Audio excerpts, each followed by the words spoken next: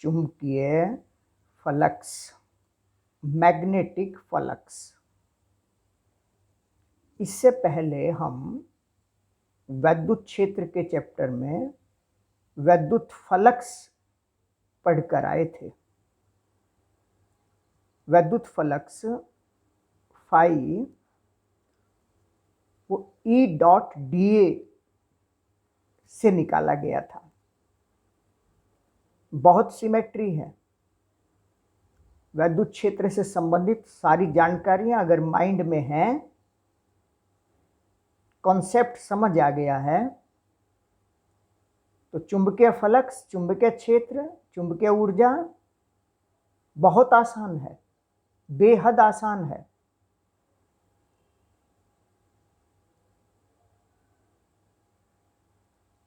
जैसे ये एक एरिया है, कोई भी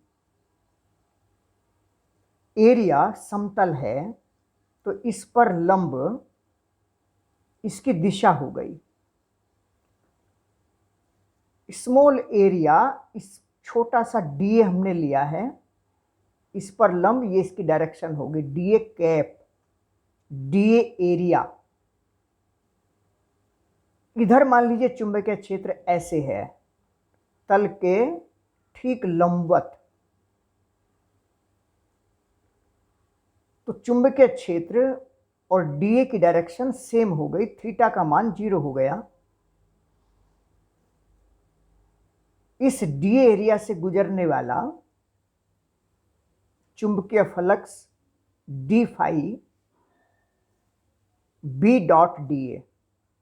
अगर याद हो, वैद्युत क्षेत्र में स्मॉल एरिया था, कोई भी पृष्ठ रखा हुआ था, तो वैद्युत फ्लक्स E.dA, गॉस की प्रमेय में हमने यूज किया था उसको। बहुत सिंपल है, सिमेट्री है, जू का तू है ना, उसी तरीके से B.dA, B.dA cos थीटा, और थीटा का मान यहां 0 हो गया तो B.dA आ गया। अगर सिचुएशन ये हो, चुंबकीय क्षेत्र समांतर समरूप ऐसे दिया हुआ है, तो चुंबकीय क्षेत्र के साथ में की दिशा के साथ एरिया की डायरेक्शन डीए थीटा कोण बना रही हो, तो तब B.dA cos थीटा हो जाएगा। यानी ये जो चुंबकीय फ्लक्स है वो पृष्ठ के लंबवत इस दिशा में जो फैक्टर है चुंबकीय क्षेत्र का, B cos theta into D, ऐसे कह लीजिए, तो पृष्ठ के लंबवत जितनी भी बल रेखाएं गुजरती हैं, फ्लक्स मतलब total number of magnetic line of force, चुंबकीय क्षेत्र रेखाएं, चुंबकीय बल रेखाओं की जो संख्या होती है कुल एरिया से गुजरने वाली एरिया के लंबवत, उसे हम चुंबकीय फ्लक्स कहते हैं। जैसे डी एरिया से हमने निकाला और टोटल एरिया से निकालना हो तो इंटीग्रेशन कर देंगे, सरफेस इंटीग्रेशन, एरिया इंटीग्रल इसे कह सकते हैं। ए एरिया पृष्ठ से संबंधित है ना, और अगर पृष्ठ बंद हो तो क्लोज्ड इंटीग्रल, बंद पृष्ठ से गुजरने वाला संपूर्ण या संबद्ध कुल चुंबकीय flux B.A, B.dA cos theta.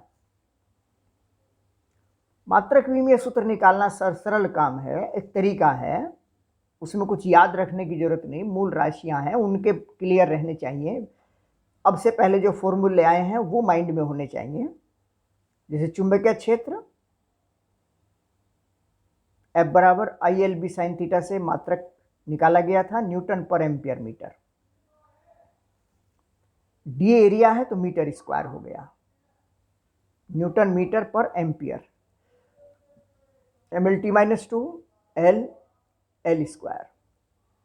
Simply तरीका है, इन्हें याद नहीं रखते हैं, बस बेसिक फॉर्मूले डेरिवेशन करेंगे तो वो याद रहना शुरू हो जाएंगे और उसी आधार पर नए आने वाले फॉर्मूलों के भी अपने आप ये सिस्टमेटिक याद रहने लगेंगे। एक घटना है वैद्युत चुंबकीय प्रेरण। वैद्युत चुंबकीय प्रेरण चुंबक की प्रेरणा से वैद्युत धारा का बहने की घटना है। एक फैराडे नामक एक वैज्ञानिक हुए हैं, उन्होंने इस घटना का प्रयोग द्वारा स्पष्टीकरण किया था। प्रयोग कुछ इस तरीके से है कि एक कुंडली उन्होंने ली और एक धारा मापी, जो पढ़ा हुआ है हमने पहले, गैल्वेनोमीटर।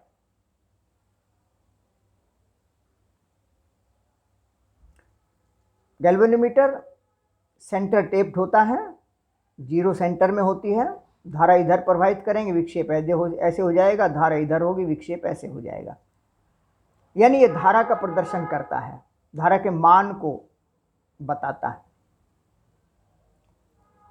और ये चीजें पहले आ चुकी हैं कि अगर कोई लूप हो, कुंडली हो, उसमें ऐसे एंटी क्लॉकवाइज धारा बह रही हो, एन बनाएं, इन पर एरो का निशान लगा दें, ये डायरेक्शन। अगर एंटी क्लॉकवाइज है तो ये एन बनेगा, एस बनेगा कहां? जहां क्लॉकवाइज डायरेक्शन में। तो किसी लूप में अगर क्लॉकवाइज डायरेक्शन में धारा बह रही है, बस एस से पहचान हो जाएगी। और एक लूप में एक ओर से देखने पर धारा अगर क्लॉकवाइज है तो विपरीत दिशा में देखने पर वो एंटी क्लॉकवाइज होती है।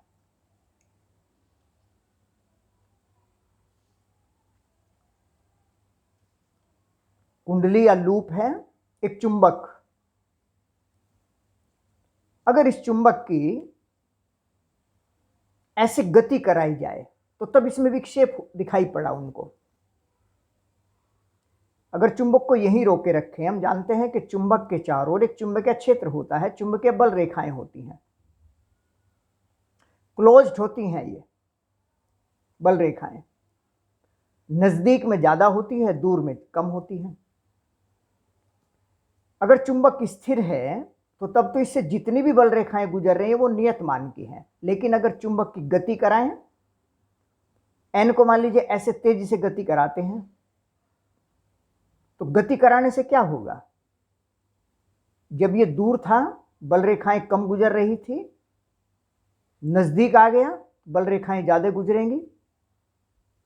यानी इन कुंडली के लूप के अंदर से गुजरने वाली बल रेखाओं की संख्या में परिवर्तन होगा अगर इसकी गति कराई जाए। और कुंडली के अंदर से गुजरने वाली बल रेखाओं की संख्या को हम चुंबकीय फ्लक्स के द्वारा प्रदर्शित करते हैं। इसका मतलब अगर इस चुंबक की गति कराते हैं तो इस कुंडली के अंदर से गुजरने वाले चुंबकीय फ्लक्स में परिवर्तन होता है। उस परिवर्तन के कारण ही अगर चुंबक को रोक देते हैं तो तब इसमें कोई परिवर्तन नहीं होता। फ्लक्स परिवर्तन का यहां से पता लगता है। चुंबक की ऐसे गति कराते हैं तो इसमें विक्षेप होता है। विक्षेप होता है मतलब धारा बह रही है, चुंबक की गति के कारण। कोई सेल नहीं लगाया गया है, लेकिन बिना सेल के ही चुंबक की गति कराते हैं तो इसमें धारा बहने लगती है। और धारा बहती है विद्युत वाहक बल के कारण, वोल्टेज के कारण। इसका मतलब ये हुआ, जब भी किसी चुंबक को कुंडली के समीप रखकर उसकी गति कराई जाती है तो उससे बस चुंबकीय फ्लक्स में परिवर्तन होता है। फ्लक्स में परिवर्तन के कारण उसमें एक विद्युत वाहक बल उत्पन्न होता है। परिपथ बंद है तो उसमें प्रेरित विद्युत धारा बहने लग। प्रेरित इसलिए कि गति के कारण, प्रेरणा के कारण। ऐसे रोके रहे तब नहीं। और इसकी जो दिशा है वो इस प्रकार है कि अगर एन को इधर लाते हैं तो यहां एन बनता है, ताकि एन बनकर एन की गति का विरोध कर सके। अगर इसको दूर ले जाते हैं तो यहां एस बनता है, ताकि इसकी गति का जाने का विरोध हो सके। बड़ी महत्वपूर्ण बात है। इधर लाना चाहते हैं तो इसमें इस तरह की धारा पैदा होती है कि इसकी गति का विरोध करती है। दूर ले जाएं तो इसकी गति का विरोध होता है, एस को समीप लाएं तो ये एस बनता है, एस को दूर ले जाएं तो ये एन बनता है।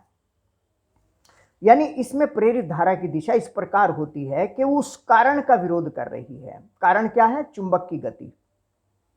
कारण क्या है? चुंबक को यहीं रखें, इस कुंडली को इधर ले जाएं। यानी आपेक्षिक गति होनी चाहिए कुंडली और चुंबक में। तो चुंबक और कुंडली में अगर आपेक्षिक गति होती है, जिससे कुंडली के अंदर से गुजरने वाली बल रेखाओं की संख्या में परिवर्तन होता है, फ्लक्स में परिवर्तन होता है, तो इसमें एक विद्युत धारा बहने लगती है, विद्युत भाग बल उत्पन्न हो जाता है। इस घटना को हम कहते हैं वैद्युत चुंबकीय प्रेरण। तो वैद्युत चुंबकीय प्रेरण की घटना कुंडली में चुंबकीय फ्लक्स परिवर्तन के कारण जो प्रेरित विद्युत वाहक बल उत्पन्न होता है, वो प्रेरित धारा बहती है, इस घटना को हम वैद्युत चुंबकीय प्रेरण कहते हैं। अच्छी तरीके से इस टॉपिक को तैयार करेंगे।